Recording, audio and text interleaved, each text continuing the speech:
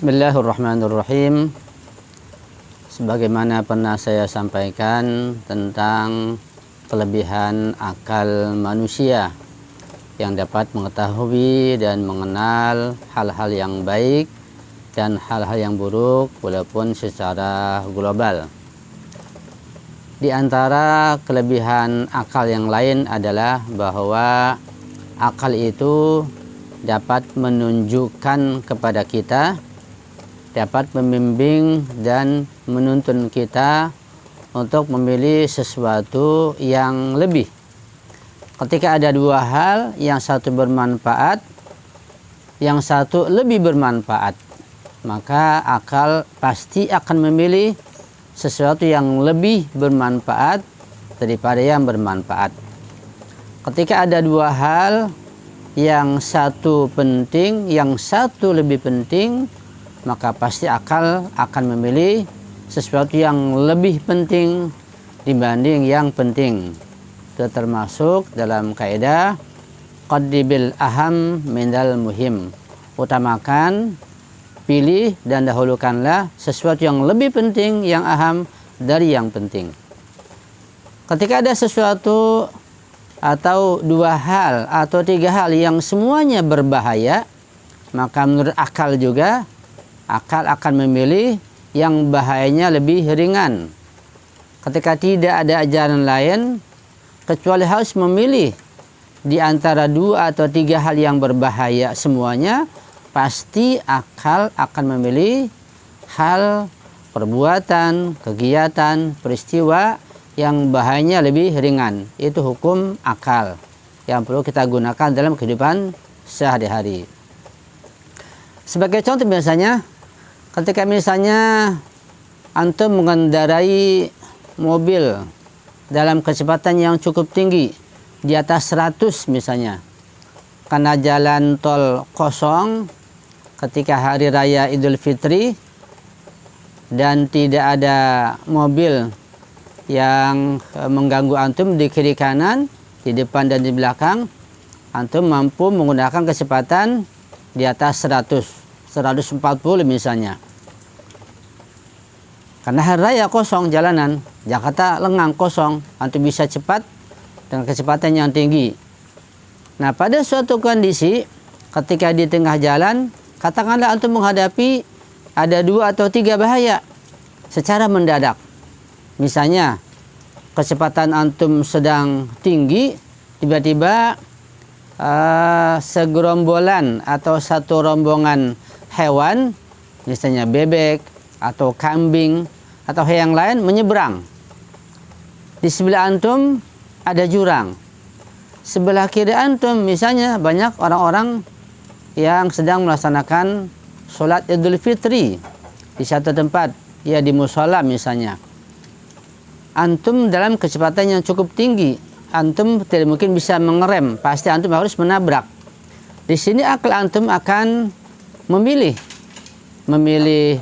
menabrak orang sedang sholat atau menabrak hewan yang sedang menyeberang, ya kambing misalnya, atau antum pilih jalan kiri yaitu ke jurang. Antum sebenarnya berpikir kalau antum menabrak orang ke kanan pasti sangat berbahaya, nyawa manusia. Satu nyawa saja sangat penting dan sangat berbahaya untuk kita hormati, untuk kita jaga, apalagi kalau banyak orang. Kalau antum ke kiri, antum akan ke jurang. Bukan hanya kendaraan antum yang terancam, tapi nyawa antum terancam. Kalau antum lurus terus dengan agak mengerem sebisa mungkin, antum pasti akan menabrak hewan tersebut. Nah, di sini pasti akal antum akan memilih bahaya yang lebih ringan daripada menabrak orang di sebelah kanan yang sedang sholat atau sedang berkumpul, atau antum ke jurang ke sebelah kiri, atau antum menabrak hewan. Pasti antum akan mengatakan secara spontan antum memilih menabrak hewan. Kenapa? Karena lebih ringan bahayanya. Nah, hukum akal ini sesuai dengan kaidah fikih. Jadi pada kondisi seperti itu kita harus memilih akhafud dhararain, bahaya yang lebih ringan di antara dua bahaya atau beberapa bahaya. Ini hukum akal yang kita harus terapkan dalam kehidupan kita sehari-hari. dalam kegiatan berpolitik misalnya, memilih seorang pemimpin, baik menteri atau kepala negara atau kepala daerah misalnya. Ketika antum berada di suatu daerah atau di suatu kota atau di suatu negara, yang di situ antum sebagai pemukim diharuskan dan diwajibkan untuk memilih seorang pemimpin. Tercatat nama antum. Jika tidak memilih, antum tidak ada yang memilih, antum terancam kehidupan antum. Antum tidak bisa hidup di masyarakat ketika itu. Antum harus diwajibkan memilih. Nah, sementara antum pilih ada 2 atau 3 pemimpin. Katakan ada 2 pemimpin, ya, baik di negara kafir misalnya, atau di suatu kota, suatu tempat yang di situ tidak ada orang yang baik misalnya, atau katakanlah di negara antum ada 2 calon pemimpin, baik itu calon menteri, calon presiden, calon pemimpin daerah misalnya. Misalnya kedua-duanya beragama Islam, tapi yang satu ini walaupun nampak dia lebih alim, mengerti Al-Quran, mengerti hadis, fasih bacaan Al-Qurannya, tapi antum lihat kegiatan dia sehari-hari terbukti dia termasuk orang yang keras kepala misalnya. Dia tidak memiliki toleransi kepada masyarakat yang lain, ya, mengeluarkan hukum sewenang-wenang untuk kepentingan kelompoknya misalnya. Misalnya katakanlah bisa mengundang pertikaian di masyarakat, tidak membuat masyarakat menjadi tentram, damai dan tenang. Kalau antum pilih dia, maka akan terjadi konflik di dalam masyarakat antum, ya, karena keadilan sulit ditegakkan. Antum sudah mengkaji tentang pribadi orang ini berbahaya.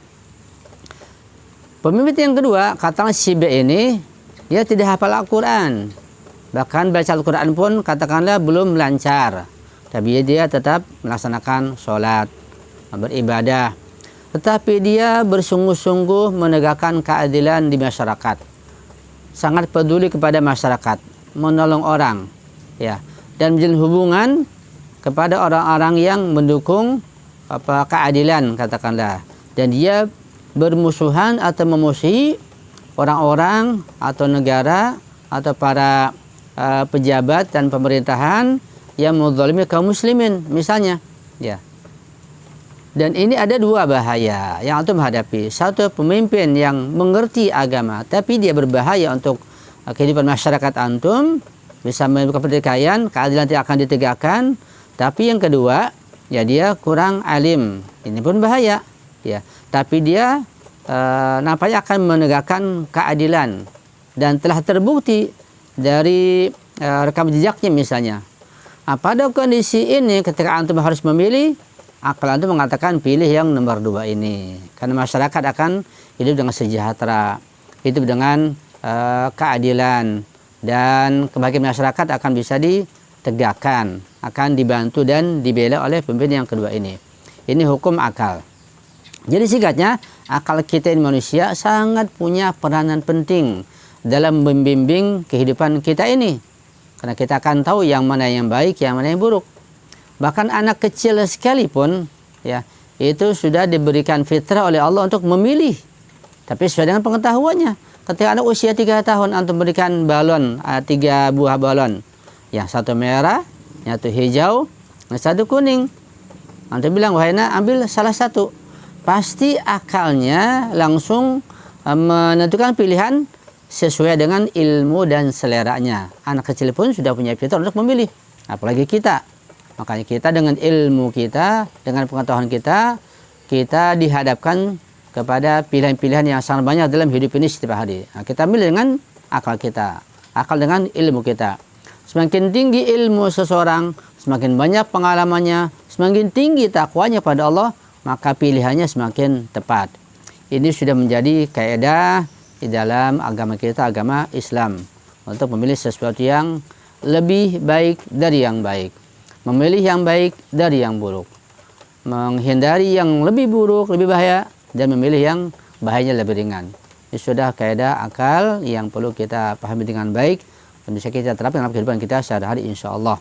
Baik dalam kehidupan individu, kehidupan rumah tangga, kehidupan masyarakat, bernegara, dan hubungan antara negara bisa diterapkan insya Allah. Alhamdulillahirabbil alamin.